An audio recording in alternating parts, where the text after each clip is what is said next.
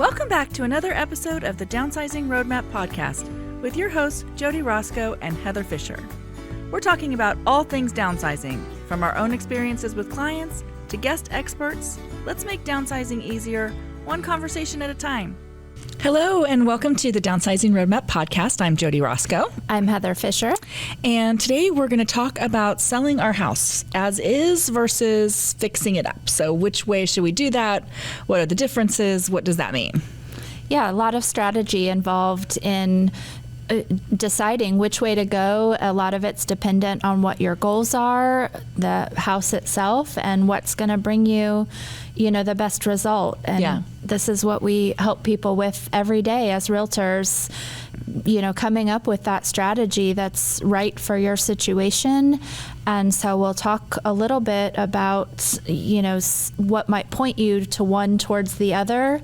And in the end, it really is best to give us a call, give the professionals a call, that are looking at this every day and in so many houses and can save you from wasting time that you might not have or spending money that you don't need to spend to still get the best result for your home sale. For sure. We are always saying we would rather talk to you sooner than later because we just want to make sure that if you're thinking about doing things, we find people all the time that are like, hey, I did this, this, and this. And I'm like, okay, but you didn't need to on something. And maybe there was something you should have done that you didn't do.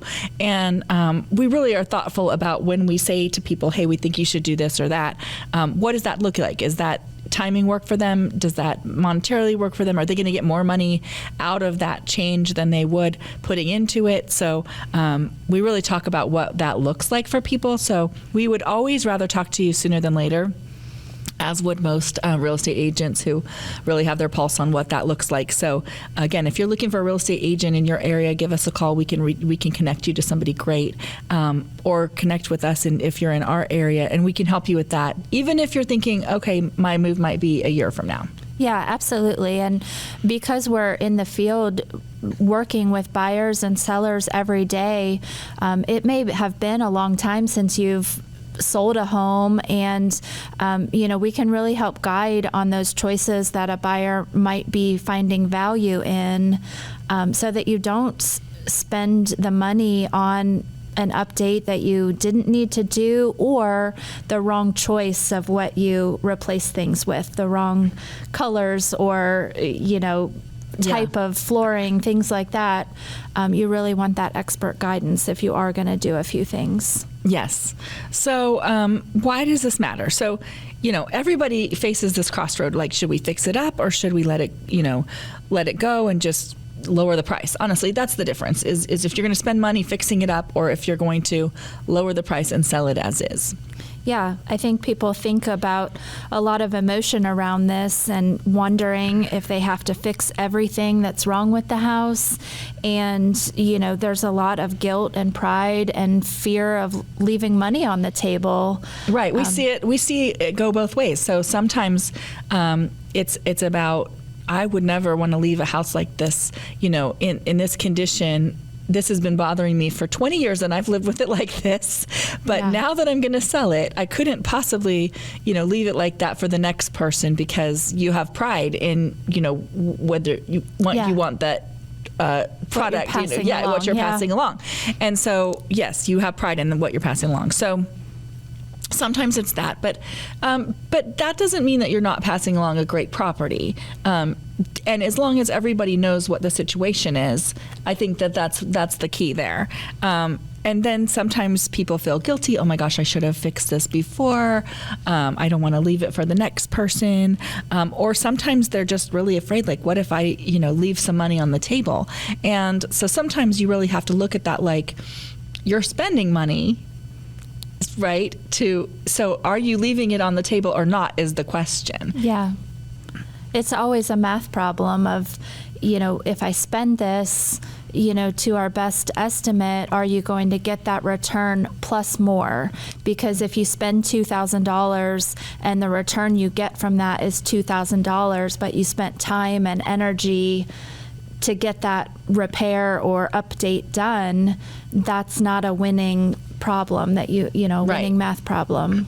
Yeah, unless we're in a market, it depends on what the market's like too.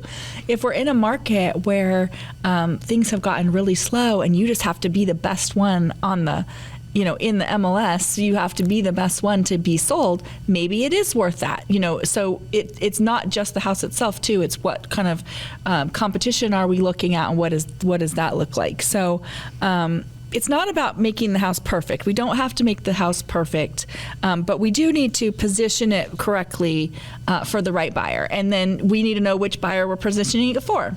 Yeah. So that's kind of what that choice boils down to. So yeah, I think one of the biggest parts of the equation is looking at what your why of selling is. Sometimes time is more important to someone's strategy than every last dollar. Sometimes the financial concerns of needing, that money for the next step is the most important factor. Sometimes there's a combination, but it's finding that right mix between the two so that you can get it sold in the shortest amount of time possible, if that's what you need, and also at the price that the market will bring for it, the best price. Yeah, so a lot of times I'll say, what's more important to you, time or money? And they'll be like, well, both. And I'm like, well, it doesn't work totally like that, right? Yeah. So the lower the price, the faster it'll sell. The higher the price, the longer it'll take. And so we want to find that perfect spot where we are taking the amount of time that works for you and being able to get that highest price for that time frame. Yeah, absolutely. I mean, both would be wonderful, but it just doesn't work that way all the time. Right. Yeah. Right. So what's your urgency? What does that look like? Is there a health problem? Is there urgency that needs to happen right away? Maybe that means really the money isn't that important. Yeah, and I think that word urgency happens at those crisis moments where those things have the least amount of flexibility. So as always, just thinking about these things well in advance of an immediate need gives you more flexibility to look at different options and different plans where you narrow your options when it's more of a crisis mode. Yeah. So let's talk about as is. What's the advantage of that? When is that the right choice? So as is has the least stress and fewer surprises and all of that. So when you're selling a property as is, what that means is you're saying kind of upfront, we're not fixing anything. And when you have buyers come and look, that doesn't mean that they can't have inspections and kind of know what they're getting into. What it means is you've said up front, hey, we don't have the means or funds to fix anything, or we're just not willing to at the price that we've put it at. We put it at a price that we know that is, selling lower than market value, and at this price, you're going to go ahead and take on anything that you find. So buyers may still do inspections when you're selling it as is. It depends, but the benefits are going to be that it's going to go faster. You're not going to be asked for repairs or have any delays around the repairs. You're not going to have to oversee any contractors or deal with it. You have a better control over the timing of what happens because there's not going to be something that pops up in there. They're going to either take it or they're not going to take it. So, So the properties where we see this most often would be selling a property as part of an estate or inherited properties from someone else. If back to that crisis mode, if the seller is physically or emotionally unable to take on the projects, if the home, if your strategy going in was to just price it for the condition that it's at and not deal with that burden of going down that road of repairs, or if it's a hot market and there's a lot of cash buyers and investors, that's back to that quickest timeline. If you have a cash buyer or an investor, they can usually close quicker than someone financing. So all of that works together for a quicker sale in some instances. And that usually is who's buying as is properties is an investor. And so sometimes they do do their own kind of, inspection. They look through and since they buy a lot of properties, they can kind of tell what issues they're going to have with the property. So a lot of times it is an investor. It often is cash. So less even problems, or, much easier. No mortgage to have to approve or not approve. Yeah. And I think what we see in these properties most of the time is that they're properties that have slipped into disrepair because maybe whoever's living there hasn't been able to keep them up, or maybe nobody's been living there for a year or two because something happened. But generally, when we sell properties as is, it's generally because deferred maintenance issues, things like that. And so it's not like you can easily be like, hey, I'm just going to put in some new carpet and paint and it's going to be better. They're usually bigger things. There's usually some deferred maintenance in maybe the roof, or maybe the furnace, or maybe both, or maybe the windows, and maybe the bathrooms and the kitchens are very outdated and or not fully working. So that's kind of when we go to a property and it's not like one or two things could be updated to really bring it to a place. It's kind of like more of a bigger snowball. That's usually when we go with as is. Yeah. Because when you go with an as is property, there is a mindset around that with buyers that there's a lot of stuff wrong with it, and that may or may not be true. And so we think thoroughly through that as is designation, that language, when we go to sell a property, because we don't want that to be the thought process if it's not true. If it's just like we go to a lot of houses who might be outdated a little bit in their style. And maybe the kitchens and bathrooms might be a little bit outdated, but the people who have lived there have taken meticulous care of the property. And any of the big things, roofs, windows, HVAC, all of that stuff has been updated. They're very meticulous about it. And those properties, usually we don't do an as-is sale just because maybe the kitchens and the bathrooms needed to be updated. As-is usually comes in a little bit more when there's some bigger issues with the house than anybody wants to spend. Absolutely. And the mindset around the offers that you receive, typically those are investors. And so when you're looking at comparable properties for pricing that, the same way the investor buying it is going to be doing that calculation. It's, the price of buying the property plus the work that they would need to do to bring it up to, something that they could rent or resell.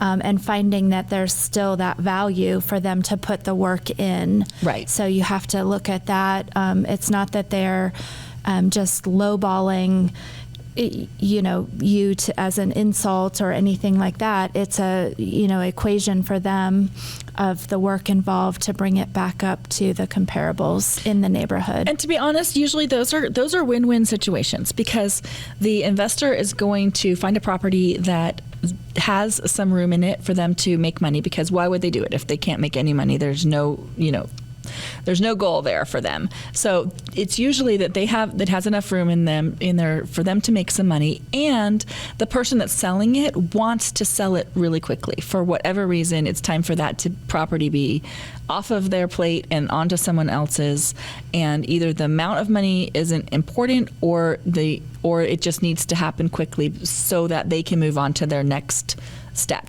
And oftentimes the alternative would be having investing that money out of your own means to bring it up to that higher selling value.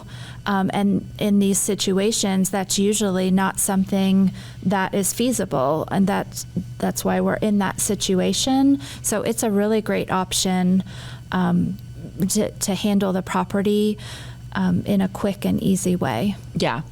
And there is a little bit of a hybrid between fixing things up and selling it as is. If the house has been in really good repair and there might just be a few things that need to be done, and the person that owns it doesn't have the means to do it, or the family doesn't have the means to do it, we can negotiate the repairs to be paid out of the proceeds of the closing. And so there is some ways to do that if there are just little repairs. So you're not putting it in a kind of an as-is situation. So you need to just hire a real estate agent who is really competent in knowing all the different ways to handle things. And so if you need help with that, please let us know. We have fantastic agents all over the country that we can hook you up with, or talk to us in our area. But you want to make sure that you have somebody who really understands all the different ways that you can negotiate it out. Yeah, it can get you the best outcome for your situation. Yep. So you want to disclose, if you're doing as is, you do want to disclose anything that you know is wrong with the property. If it leaks in the basement, or if the roof is bad, or whatever that is, you do want to let that be known, just to avoid honestly being sued later. Yeah. There are disclosures that you need to fill out, and so just be very honest with those disclosures and say, hey, the roof's bad, or whatever, and then they're going to buy it at that price because it's a good price for the market of that property. So it's not like if you disclose something, they're not going to buy it. Right. It's more like you're just protecting yourself from any kind of legal problems in the future around that property. So you want to make sure everybody knows everything, and once they know it, they buy it. Now it's on their plate. Yeah. Yeah. Absolutely. So sometimes strategic home improvements can, bring some gains to what you receive from the house. So we can talk about, some things that can oftentimes bring a higher ROI, painting to neutral, fresh colors. Fresh paint makes a world of difference. It really does. In a And house. paint is not that expensive. I mean, everything's an expense, but paint is not that expensive, especially if you're just painting the wall colors and you're not doing the baseboards. And gosh, you can change the look of a house immediately. Just with some paint. Yeah, absolutely. Sometimes flooring repairs or replacement, or professional cleaning of the floors, the whole house actually. But cleaning carpets, even if you are knowing in your head, oh, a buyer's going to want to replace this carpet or replace this flooring, spending a little bit of money to have it cleaned really does change when people come in to look at the house. Even if they are going to replace it, there's something that happens with that So cleaning. here's the thing. Buying a house is very emotional. And so people have an emotional response to the house as soon as they walk in. You have a couple of seconds for them to have that emotional response for the house, and they're deciding, oh my gosh, this is for me, or I could start to see myself here, or nope, I'm not doing that. And so the thing about carpeting, and if it's very used, very well worn, is that can really kind of turn people off emotionally for the house. And so carpeting or professional cleaning, if you can kind of get any stains up or anything like that, the cleaner the house is, the more people respond positively to it. And there could be nothing wrong with the house at all, except it's just not clean, and you will lose quite a bit of money from your price, because they equate it not being clean with you not taking care of it in every way. Yeah. So then it starts to emotionally spin into, and they probably, didn't do this, didn't do clean, that. Yeah, the furnace is bad, and the roof is, even if it's not, like, it just kind of turns into this whole thought process. So clean. And so potentially replacing carpet can make a huge difference in the emotional response that people have when they first come in the house. Same for smells. If the house has a smell, getting rid of that smell is very important for that first response that people have when they come into the house. Absolutely. And having carpets cleaned is a major step when there's smells in the house, because it just lingers in all of those soft surfaces. Yep. Yeah. So you can do minor updates to a room, like hardware or faucets or a new mirror. If something is just a very dated look, those can be relatively inexpensive to just change those accessories of a room. Yeah, sometimes in a bathroom, if you just put up a different mirror over the sink and a different lighting fixture, it can make a big change in the bathroom. Yeah, changing your kitchen faucet to something that looks more current, not even a super expensive model, but just something more current can have a big change. Front door and curb appeal touch-ups. That's huge. We've talked about that on another episode about getting your home ready to sell, and the buyers are going to be standing there for a pause. You said this on the last episode. The agent is going to be there dealing with the lockbox and getting things opened and, doing what they do. And the buyer's just, standing around and looking up. And if you have cobwebs on the front porch or, leaves and debris in the corners, things like that, that will be noticed. And that impression carries on as they enter in. So don't forget that crucial space of making that as fresh and welcoming as you can.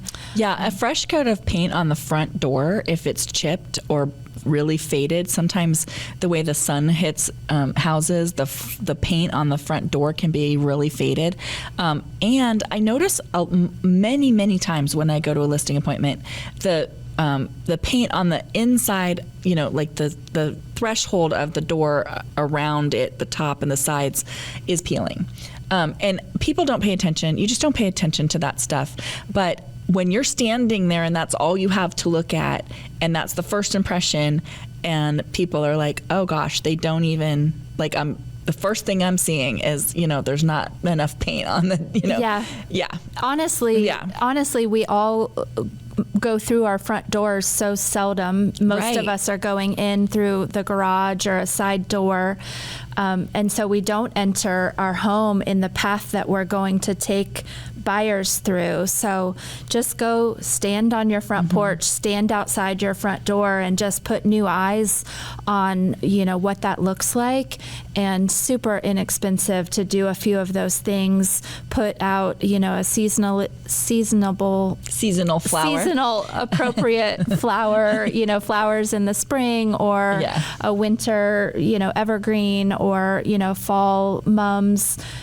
Super easy to just add a little color and freshness. Yes. And honestly, when I tell people that paint is chipping, like 95% of the time, they're like, what? And they just, they don't even know, because we don't go through our front doors. Often we just come in the garage. So a couple things when we talk about, how much to do or not do, a couple red flags that just must be addressed. If you have water intrusion, leaky pipes, anything involving water, get it fixed. You can decide on, the repair around it at a later date, but fix that ASAP. Water can just be so damaging, and it can just filter in, and it actually ties right into the next thing, which is mold. Right. Next comes mold. The water intrusion could be a leaky roof. Make sure you get that repaired. Don't, address any potential mold issues, because it will get out of control. If you've got electrical issues or anything that's a safety issue, that's going to need to be addressed. Fix it now for your own safety while you're in the house, but definitely that's not a question. If you have HVAC or other major mechanicals that just are not working, let's talk about that, because that's going to be an item that a buyer just expects any house to have those things working. Yeah. Things that will also cause some problems are any kind of broken windows, things like that. So as you go through the house, if you know for sure that there are certain things that aren't working, talk to your realtor about those things and what kind of implication those are going to have. Some mortgages won't even allow you to get the mortgage if there's certain things that are not right. So peeling paint and broken windows and things like that will be problematic if you're trying to get an FHA or a VA loan, along with any kind of water intrusion and things like that. So make sure that you talk to your agent if you think you might not want to fix something, and know what the ramifications are and if that's going to narrow your buyer pool. Yeah, and even things that feel small in the moment that you might have be dealing with and avoiding, but just a leaky pipe under a sink then can ruin that vanity, and then can ruin the flooring, and that, it just snowballs into big issues. So get the repair, stop the problem right away, and then, we can help with a strategy around cosmetically fixing around that. Right. So prioritizing your updates. Your questions you're going to want to ask yourself, is it going to improve the photos and the first impressions? So, painting that front door is definitely going to improve that first impression. Painting out really bright rooms will improve your photos. So when you're walking through a house, it is a different experience than when you're photographing a house. And so very bright things really show up in photographs. I'm very picky about this. So when we do photographs for our properties, we just kind of have a lot of conversations about what that's going to look like in the photograph, because honestly, the photograph is going to sell your house, because people are looking online, and if they don't like what they see, they may not come to even see it. And so we need to make sure that we've got great photos and that they are presenting the house in the best way that they can. So that's the question, number one, when you're looking at updates, is it going to improve the photos and the first impressions? Yeah, absolutely. Is it something that will come up in an inspection and potentially derail the offer that you've received? You don't want to go through this, be under contract, be excited, have a solution, be ready for your next step, and then that gets derailed and you're back, a few steps back on the market again. It's frustrating for you. It's frustrating for your timeline. It will lose you money, honestly, if you have to, do a path of coming back on the market. Absolutely. And, the time is money as well. So in both ways, you're losing money. So if there are things that are just going to be a hurdle, and again, we can advise on those things that we see often and give that suggestion. Yeah. But it's one of those things, you have to address it now or later in the money or the time. Right. So let's come up with the best strategy for addressing it. And sometimes it doesn't mean you have to fix it, but you have to acknowledge it and tell somebody you're going to fix it. And maybe you need to go get quote. A quote around it, and so how much it is when they ask for it. Yeah. Because the third priority is, will buyers expect it at this price point? And so if they are expecting something and it's not something that you can do, you maybe want to pay that out of your proceeds of your house. Maybe you have a cracked window and the window's just not going to come in time in the 30 days that you might have to sell the property. Once they get under contract, then you can have a quote. You can pay that out of the proceeds, but you can know what you're looking at, how much it's going to be. They can know how much it's going to be and who's going to be fixing it. Again, it's just making sure that they're understanding what the problems are and how they're going to be addressed. Yeah, absolutely. So you don't want to overspend on your updates that reflect your tastes versus your buyer's expectations. So be careful of this when you're picking paint colors. We're going to tell you to pick super neutral ones. If you're going to be selling the property, make the next house the one that's absolutely you. And if you love bright colors, that's great, but put that in the next one. In this one, you have to almost think about it like it's not yours anymore. Now your whole purpose is, how is that going to convey in photographs, and how is that going to look when people come to see the property? So and there are some updates that I think you shouldn't do if you're thinking about buying, even if it needs to be done. For example, usually all new windows are not going to give you the return on investment, even if the house does need new windows. So there's some things that we can talk about if you're really thinking about selling right away that you maybe should not do. Yeah, so in that strategy session, as we talk about all of this, where we typically land is that middle ground. And it's a combination of some smart ideas on what you should do, the right price for that final product, and, you know, not overspending on things you don't need to do. Yeah. So it's just a plan put into action and matching the market that we're in now. Yeah. So you don't have to, it's not all or nothing. You don't have to fix every single thing. There are some things, again, which the power of clean is I cannot speak enough about how important it is to clean. Yeah. And I'm talking about things that you don't clean, you don't think about cleaning, like the grates for your intake of your, furnace. They get dusty. Your baseboards get dusty. Ceiling fans. Your ceiling fans get dusty. And this is stuff that we don't even look at. And when I point it out, people are like, ooh, and it's okay because we all live with, things, but people really see that when they're looking at the house with fresh eyes. Yeah, I think too, something we see a lot on listings we see in our MLS, but what we talk about on so many of our episodes is the stuff, and having those clear, not only the house being clean, but clean of too much stuff. And we see, people with their photos online, and it's just crazy how much stuff is on the counters or